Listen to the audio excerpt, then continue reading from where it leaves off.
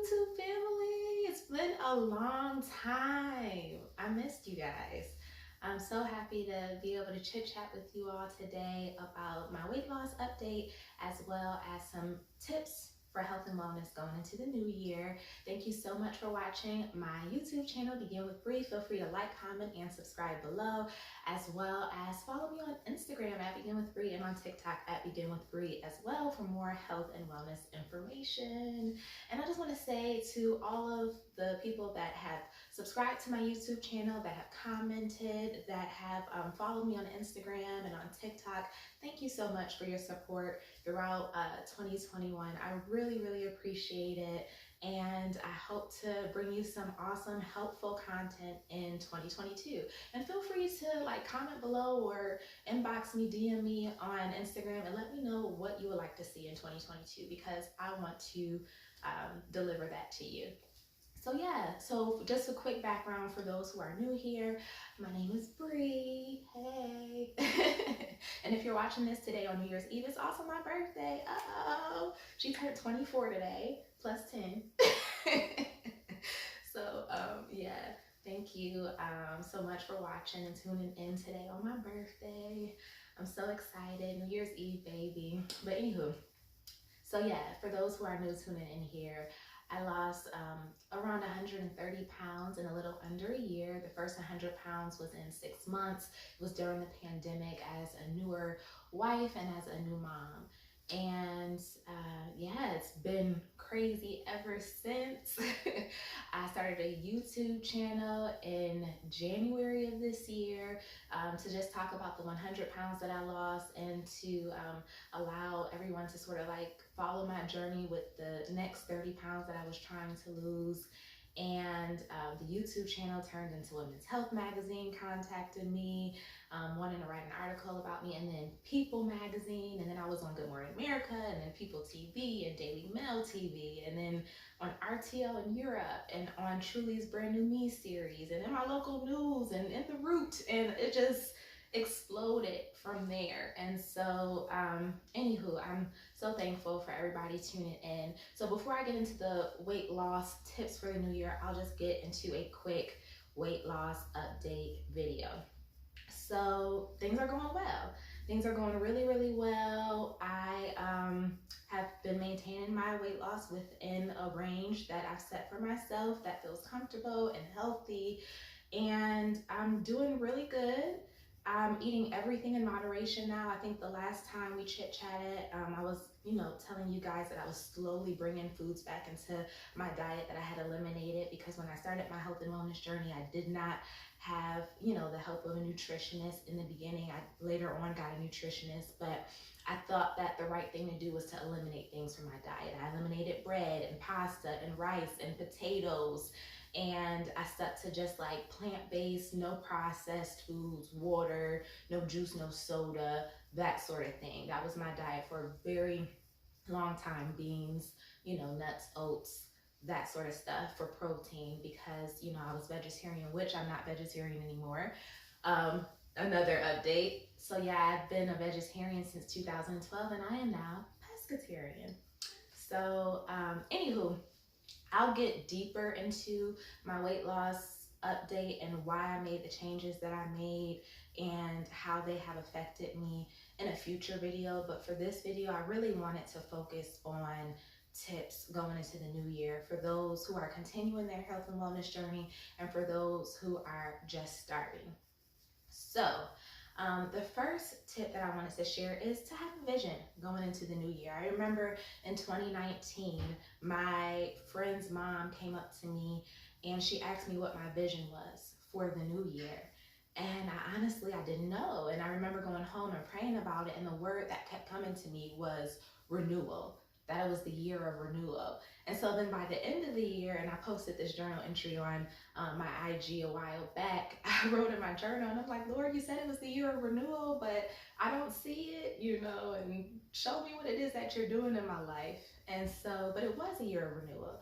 That was the year that I became pregnant with my daughter, first time mom, and my mind was being renewed. I started to look at life differently. I started to think about my legacy in ways that I hadn't thought about it before, and what type of role model I wanted to be to her. And I started thinking about my environment more, my stress levels, my mental health, my physical health, and how all of that affected her. And so there was definitely a renewal that happened. And then 2020 was the year of transformation. So the Bible says to be transformed by the renewing of your mind. So before you can experience that transformation, you have to experience renewal.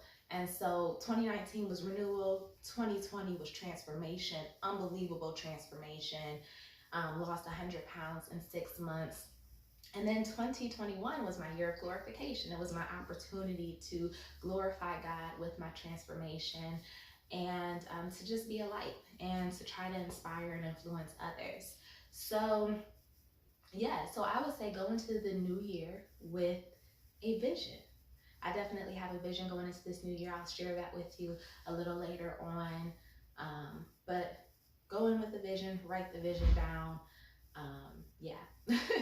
All right, so tip number two. Tip number two is to set SMART goals. So I've seen, this acronym, different words used for this acronym. The words that I use for SMART goals is specific, measurable, attainable, relevant, and time-based. So you want your goal to be specific. Yes, okay, you want to lose weight, but how much weight do you want to lose? When do you want to lose it by? Write out a specific goal. And then M, make sure that it's measurable. Okay, I want to lose 100 pounds in a year and a half. How am I going to do that? I'm going to accomplish that by losing 1 to 2 pounds each week on average. How are you going to accomplish that? I'm going to accomplish that through diet and exercise. What's going to change about your diet and exercise? I'm going to eliminate salt and sugar and processed foods, and I'm going to eat more fruits and vegetables. And then what's going to change about your exercise? I'm going to exercise 20 minutes a day, 6 days a week, and I'm going to have an active rest day. Boom. So that's specific and that's measurable.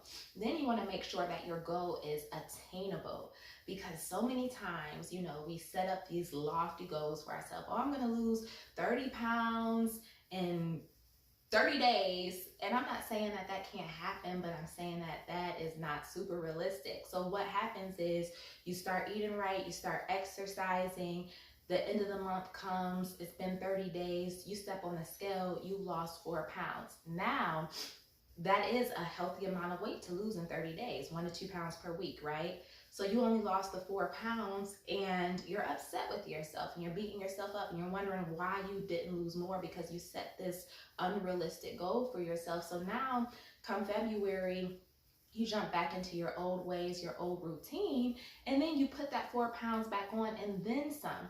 Summertime is here. Had you stayed on that track that you were on, you could have easily lost 20 to 40 pounds before the summer and been looking better, feeling better, but now you're exactly where you started at the beginning of the new year, or you even had a setback because you set yourself up for failure by creating an unrealistic idea of what you were going to accomplish. So just make sure that your goal is attainable.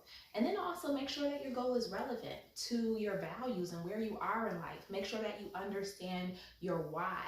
Is it because, are you trying to lose weight because you want to fit into a wedding dress because you're getting married in the summer, or you're going on a girls trip and you want to look good in your swimsuit, or you just want to feel healthier and stronger or more energized? Like, what is your why? Make sure it's relevant to where you are, and make sure that you're constantly evolving and adapting to your why as well. And then make sure your goals are time-based. You just don't want to throw a lofty goal out there without putting a time frame on it.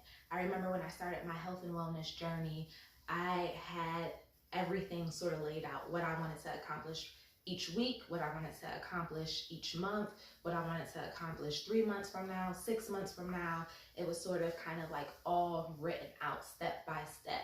And that really, really helped me. So definitely set SMART goals. And then also make small changes. One small healthy change at a time. And I know we hear this and we're like, oh my gosh, I'm never going to reach my goal making small changes. But you will. You are going to reach your goal, and it's not going to take forever for you to do it.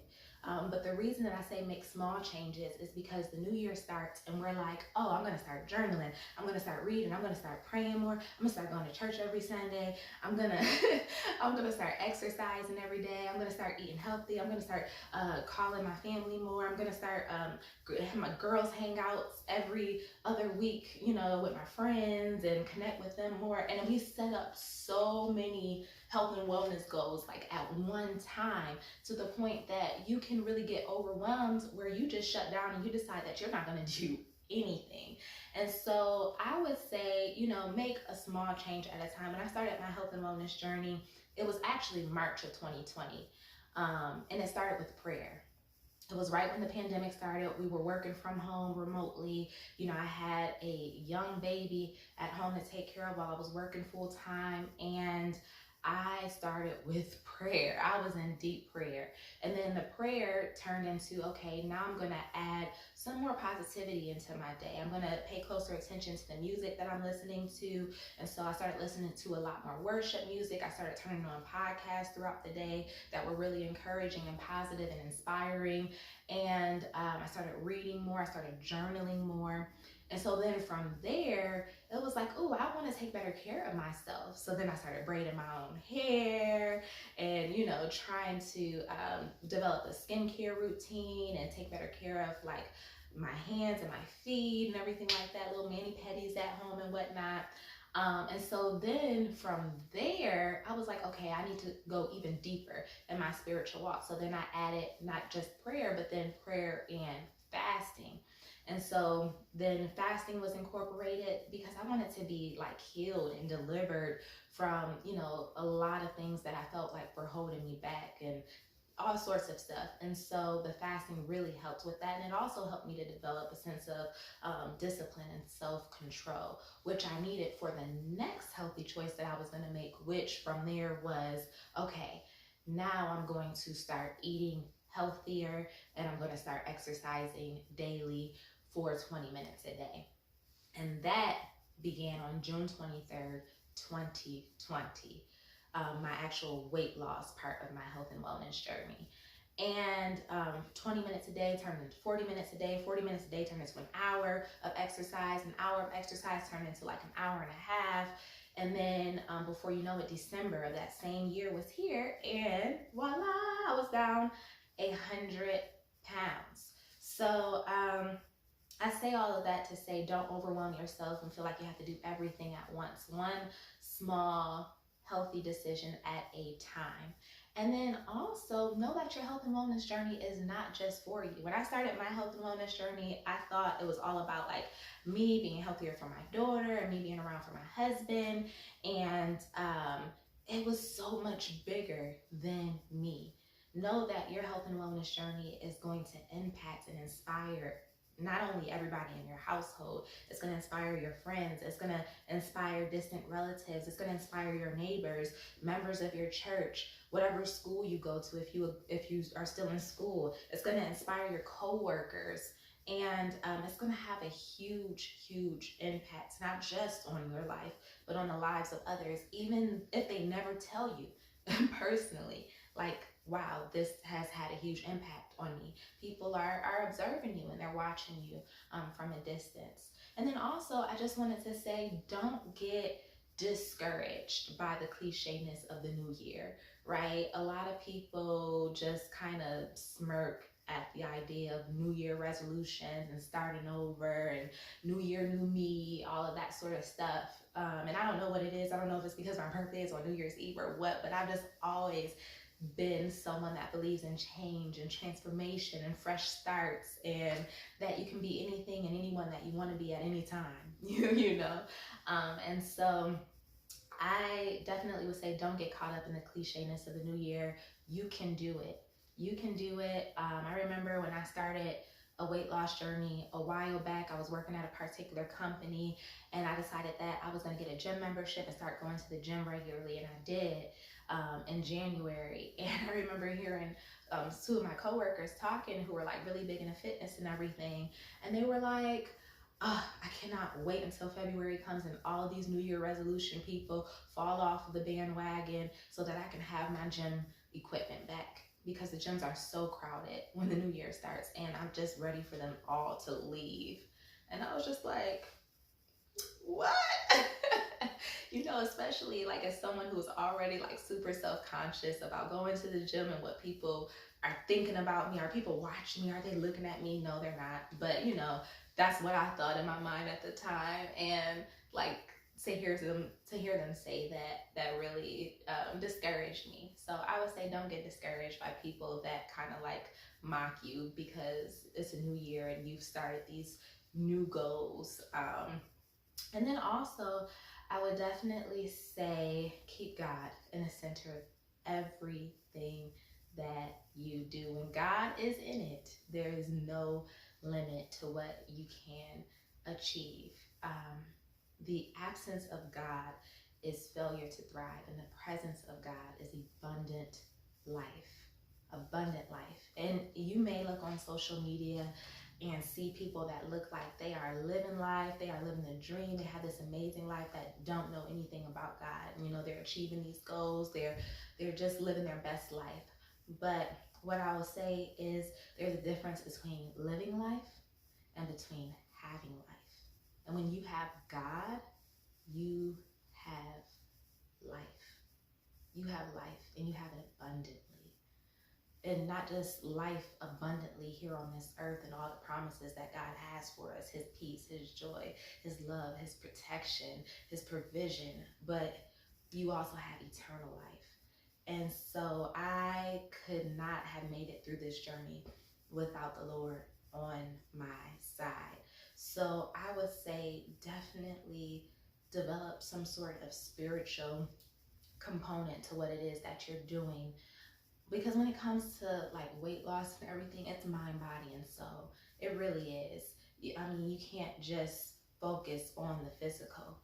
You have to focus on the mental. You have to focus on the spiritual if you want to get this weight off, and not only get it off, but keep it off. So I know a lot of you guys have been asking me for like a what I eat in a day video and everything like that. And like I said, in the beginning of my journey, what I ate in a day sort of kind of looks like maybe I'll wake up in the morning for breakfast and have a protein shake. And then for lunch, I'll have like a huge salad filled with like cheese and spring mix lettuce and red onions and grape tomatoes and tons of dressing. I didn't slack on the dressings. That's the Italian dressing, whatever, you know. And then for dinner, I would probably have like either another salad or like some broccoli, some cauliflower, some mixed veggies like corn and string beans and carrots or something along those lines, or maybe a chili or like a zucchini style pasta, an Asian stir fry, something along those lines. And then that was it. I didn't snack. You know, for beverages, all I had was like coffee and water, and that was legit it. It would be difficult for me to do like a what I eat in a day video now because it really varies. Like I said, I've added so much into my diet, and it doesn't look like what I ate in order to lose that 100 pounds. So, I mean, now my days sort of look anything like, for breakfast, I'll have a bowl of cereal, some Raisin Bran, a granola bar, some grits if I want to, a muffin, you know, whatever. And then for lunch, it'll be, you know, maybe some veggies, something loaded with veggies. And then for dinner, maybe some rice, maybe some pasta, real pasta. And then, you know, multiple snacks throughout the day. I'm snacking on a lot of fruit, pineapples, grapes, kiwi, banana, lots of almond butter in my diet, that sort of stuff. And yeah, and just sort of, you know, really just maintaining and doing what feels comfortable. Making sure that my diet is well balanced and that I'm not restricting in any way, because I think I found myself in a season sort of being a little restrictive. And then at one point, I think I had like a binge restrict cycle going on. And so I really just wanted to be healthier and be more open-minded about food and not feel like I didn't have self-control to be able to eat the things that I love, but eat them in moderation. So that's where I'm at right now. But yes, I have so many things that I really want to discuss with you guys. I have a huge announcement coming up later on down the line, but I'll talk to you guys about that some other time. But I just wanted to encourage you going into the new year and say that you can do it, sis or sir. Whoever is watching this video, you can do it. 2022 really can be your year. It really can. With God on your side, you can do anything. So I hope that this video encouraged you. I hope that you walked away with a couple of tips that'll help you. And also, I just wanted to throw out another tip really quick. Sorry. Last tip. Sorry. I wanted to throw out another tip and say that you can have everything in moderation. I know when we start, these new diets and everything like that, we feel like we have to cut out this and this and this and this and this and this in order to see results. And I know I'm going to sound a little hypocritical because I did do those things in order to lose weight.